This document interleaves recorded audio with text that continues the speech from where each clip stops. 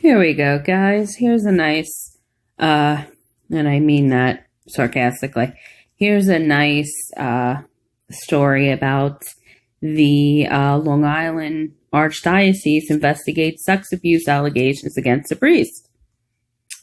Just when you thought, things have been swept under the rug for quite some time since the last time we heard about a priest in this kind of a situation. Says here, Rockville Century, New York, a Catholic priest stepping away from his official duties while diocese officials investigate allegations of sexual abuse and unwanted physical contact dating back into the 1980s. Great.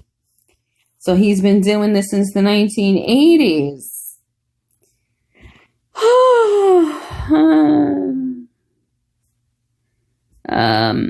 It says the Diocese of Rockville Center, which covers Long Island, will be looking into the allegations against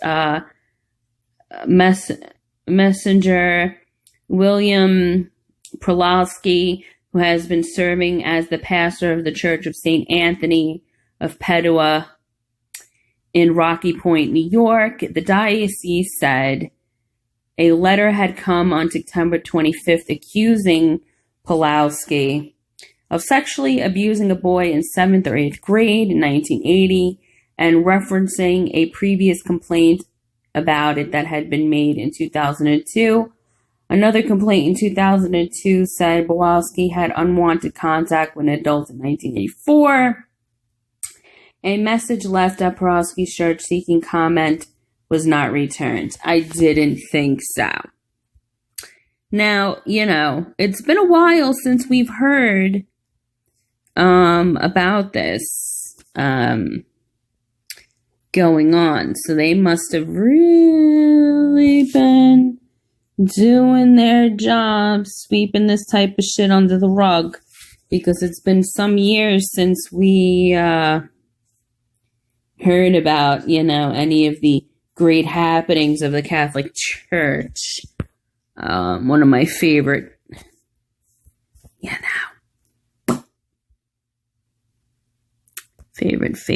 favorite subjects. Here it says, Father Breslawski is accused of sexually abusing a middle schooler nearly 40 years ago and had inappropriate interaction with two adults in the 1980s. Breslawski agreed to step aside while the diocese investigates those allegations. Breslawski served at least a handful of churches along Long Island since he was ordained in 1979. He also serves at the Church of St. Anthony of Padua in Rockville Point, which I said already. He is a Holy Cross in Nescanet, the Church of Our Lady of Perpetual Help in Lindenhurst, and a Church of St. Catherine of Siena in Franklin Square.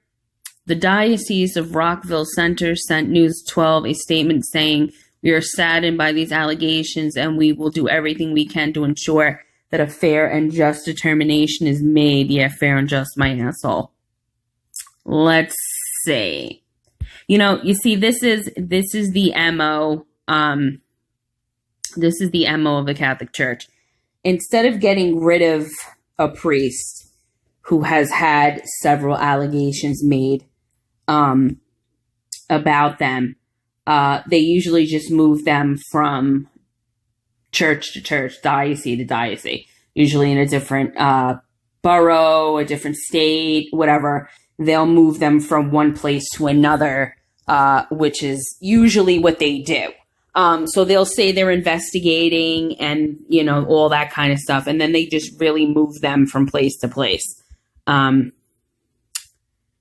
Because they probably have to fire half the priests in the world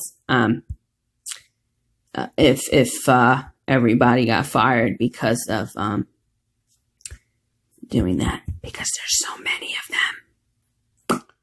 All right, let's see if there's anything else I can gather on this dude.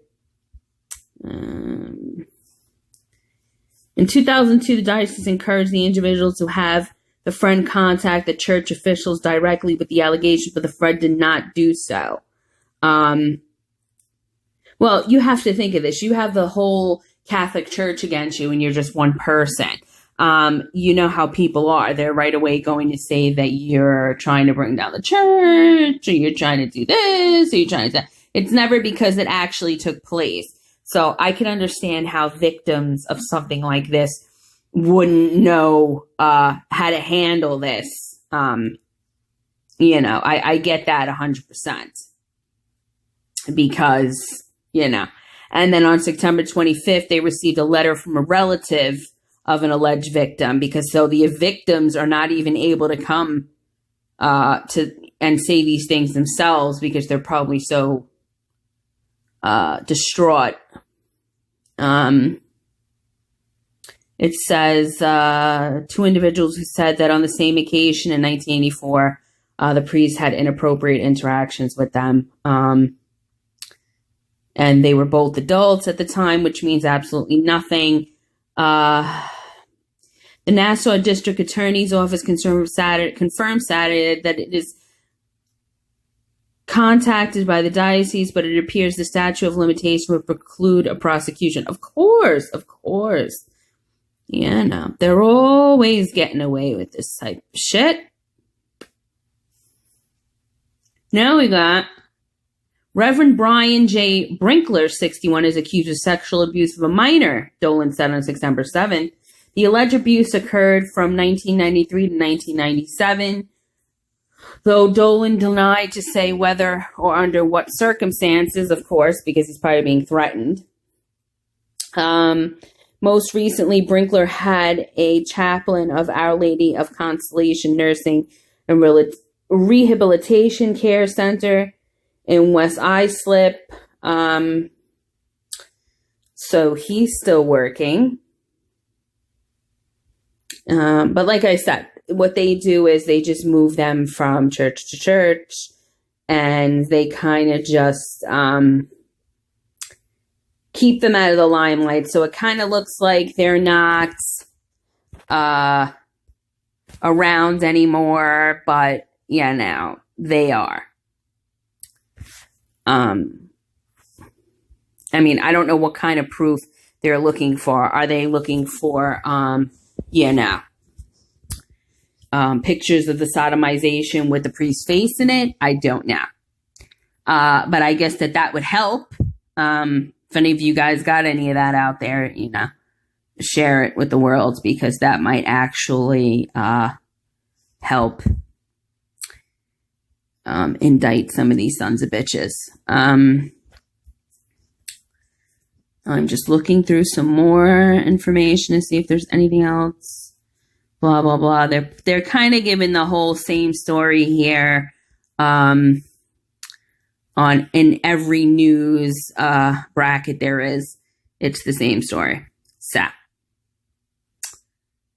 usually when they do that, that's usually a cover up because they don't want anybody,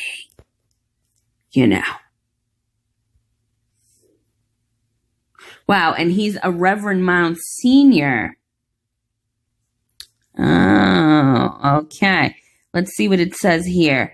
A course of a review of files early this year, the diocese discovered a notation regarding a complaint made by an individual in 2002. Alleging, I can't tonight. Sorry, guys. The Reverend Monsignor. Okay, so he's a Reverend Monsignor. Okay. William G. Breslawski had sexually abused a friend of the individual when the friend was in 7th or 8th grade.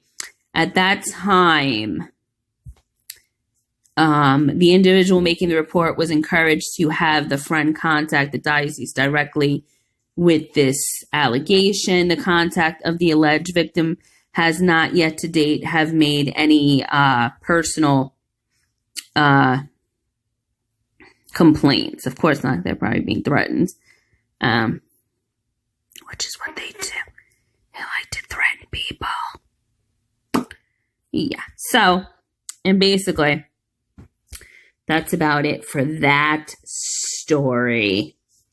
But I just wanted to bring that to you guys' attention because of the fact that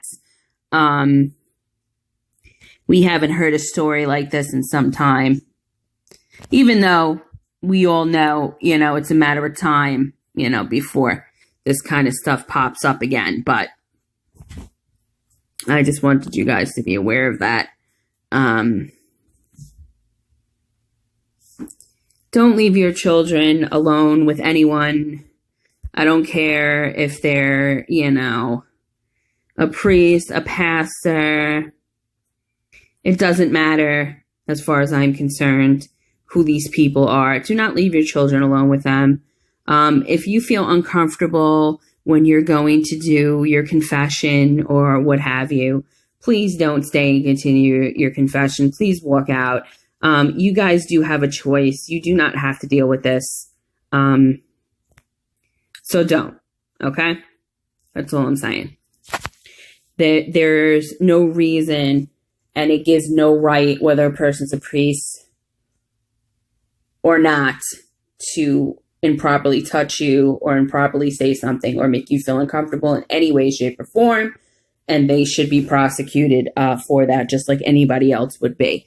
So please, guys, be safe. And if there's any other follow-up information about this, I'll be checking and I will update. Thanks for listening. Here we go, guys. Here's a nice, and I mean that sarcastically. Here's a nice story about